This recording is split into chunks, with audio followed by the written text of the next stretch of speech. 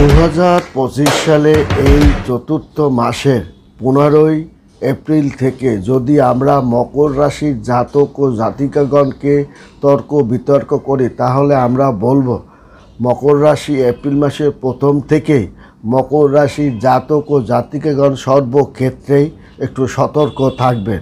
বিশেষ করে শরীরপাতি এবং যারা ইলেকট্রনিক্স বা আপনার গ্যাসের কাজবাজ করেন বা বিদ্যুতের কাজকর্ম করেন, তারা অত্যন্ত সতর্ক থাকবেন।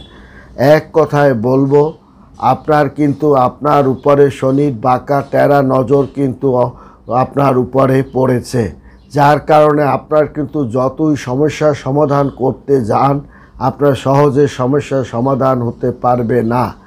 ছোটোখাটো জিনিস থেকে কিন্তু বড় ধরনের সমস্যার সৃষ্টি হবে এবং আপনার কর্মক্ষেত্রে নানা জায়গায় আপনার প্রতিযোগিতা ক্যারিয়ারে চ্যালেঞ্জের মুখোমুখি পড়তে চলছে।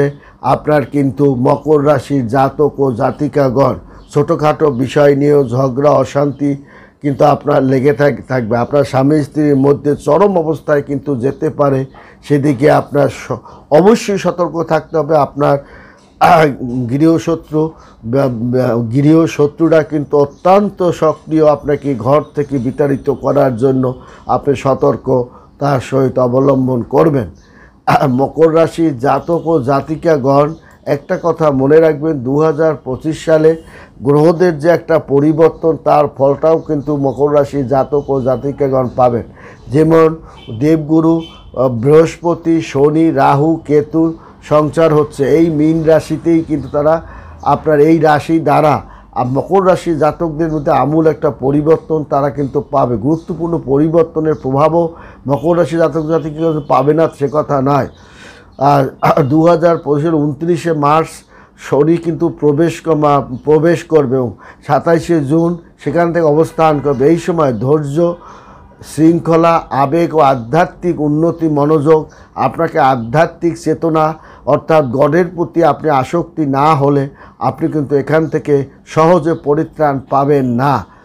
দেবগুরু বৃহস্পতি 14ই মে মিথুন রাশিতে প্রবেশ করবে, যার কারণে আপনার শিক্ষা নিয়ে আপনি চিন্তা করতে হবে না, বিদেশ যাত্রা নিয়ে চিন্তা করতে হবে না, এবং বুদ্ধি এবং গবেষণার কাজকর্মগুলো আপনারা সুন্দর মতো করতে পারবেন। 2025 সালে 18ই অক্টোবর দেবগুরু বৃহস্পতি কর্কট রাশিতে প্রবেশ করবে, যার কারণে আপনার পরিবারের আবেগজনিত কারণে আপনার কল্যাণের সমর্থন আপনি পাবেন।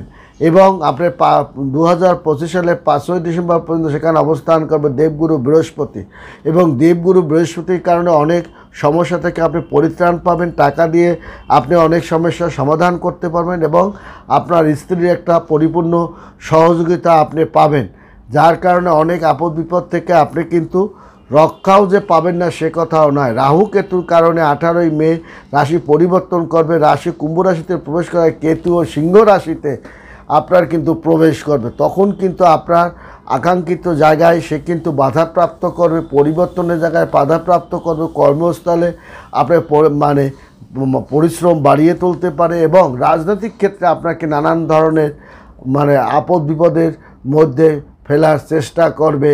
কুম্ভ রাশি আপনার মকর রাশি রাহু ও কেতু। মকর রাশির জাতক ও জাতিকাগণ অনেক ক্ষেত্রে তারা কিন্তু একটা দারুণ ফলাফলের মধ্য দিয়ে আপনার যে ধাবিত হবে তার কিন্তু অনেক কারণও আছে। কারণ এই সময় জাতক ও জাতিকাগণ 2025 সালে আমরা নিয়ে যদি বিচার এবং বিশ্লেষণ বা তর্ক বিতর্ক করি, তাহলে আমরা দেখব বিশেষ করে 31শে মার্চ পর্যন্ত তার কিন্তু বেসরকারি ও সরকারি সংস্থায় চাকরি পাওয়ার একটা চমৎকার, যে 29শে মার্চের আগ পর্যন্ত তার কিন্তু নতুন স্বাক্ষর, নতুন চাকরি বাকরি পাওয়ার তার কিন্তু যোগ যে নাই সে কথাও নয়। রাজনৈতিক, আর্থিক, প্রযুক্তি প্রতিষ্ঠানে অগ্রগতি ভূমিকাও আপনার কিন্তু রাখবে। এ সময় কাঙ্ক্ষিত প্রতিপক্ষে পারস্পরিক আলাপ আলোচনা করেও আপনি অনেক সহযোগিতাও কিন্তু আপনি পাবেন। এবছর মাসগুলি আপনার একটি দীর্ঘ ও লাভজনক ভ্রমণের দিকে আপনার ধাবিত হবেন। তবে আপনার এপ্রিল মাসের প্রথম থেকেই আপনার কিন্তু কাজকর্ম, ব্যবহার, উন্নতি, সুযোগ সুবিধা আপনি যে পাচ্ছেন না সে কথা নয়।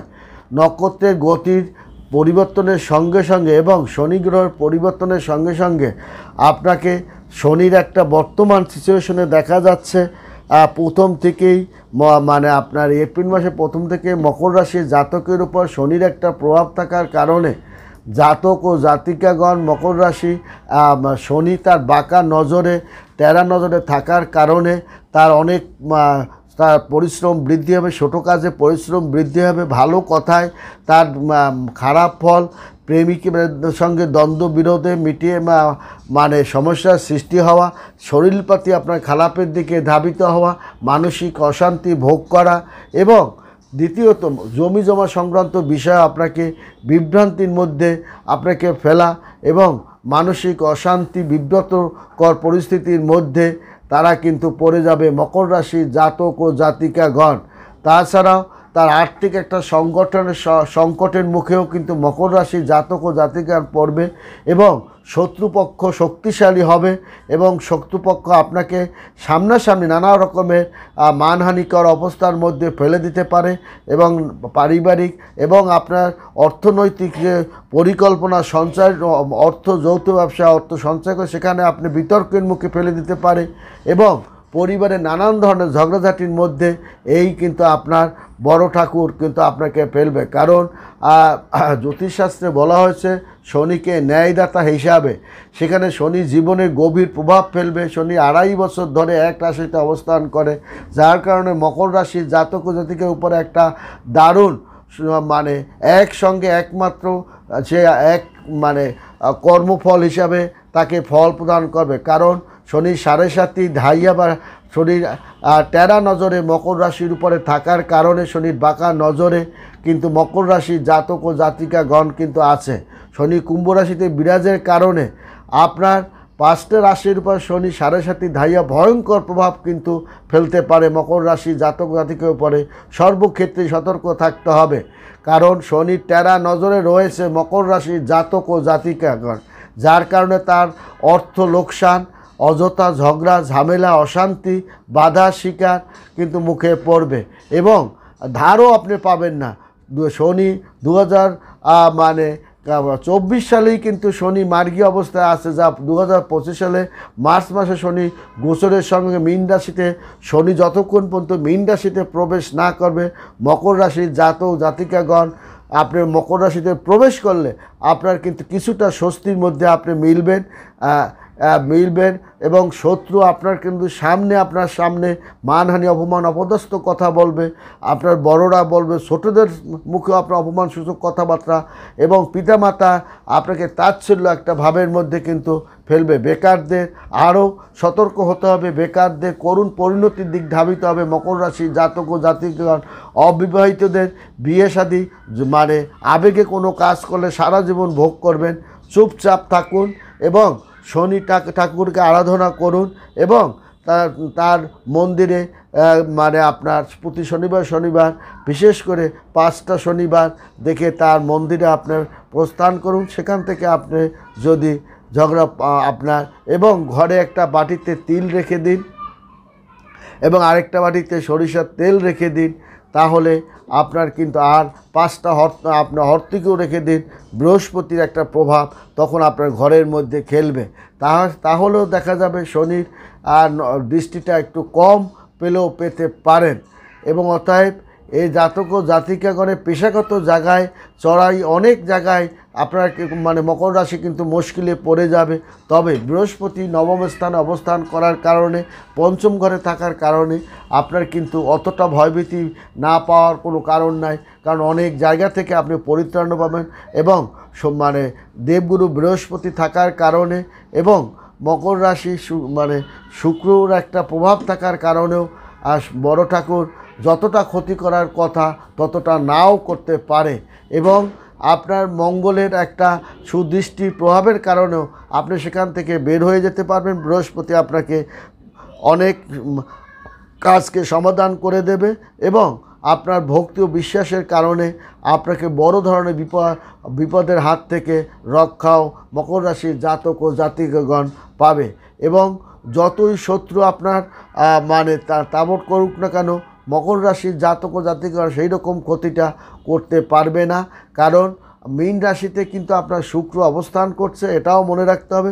মকর রাশির উপরে আপনার মানে শনি যতটা আপনার ক্ষতি করার কথা ততটা কিন্তু ক্ষতি নাও করতে পারে, এটাও আপনার মনে রাখতে হবে। কারণ মকর রাশিকে বড় ঠাকুর রাষ্ট্রপৃষ্ঠে তাকে কিন্তু রক্ষণাবেক্ষণের দায়িত্ব নিয়েছে এবং অত্যন্ত প্রিয় রাশি হওয়ার কারণে বড় ঠাকুর তাকে কিন্তু ভক্তি নবম ঘরে তার কিন্তু ভাগ্য আধ্যাত্মিক চেতনায় যারা যে সমস্ত জাতক আধ্যাত্মিক চেতনায় উদ্ভাসিত হবে, ভক্তি বিশ্বাস যাদেরকে বেড়ে যাবে তারা কিন্তু এখান থেকে পরিত্রাণও পাবে। নয়তো মুশকিলে তারা আরও মুশকিলে পড়ে যাবে যদি তাদের মানে গডের প্রতি মানে আপনার আস্থা বা বিশ্বাস না থাকে, তাহলে তাদের কিন্তু অনেক শনির বাঁকা নয়নে আপনার কিন্তু মানহানি হাজতবাস মানে আপনার নানান রকম অপমান অপদস্থ পালিয়ে থাকা এগুলোর মুখোমুখিতে মকর রাশির জাতক ও জাতিকগণ পড়তে হতে পারে। ভালো থাকবেন, সুখে থাকবেন, ধন্যবাদ।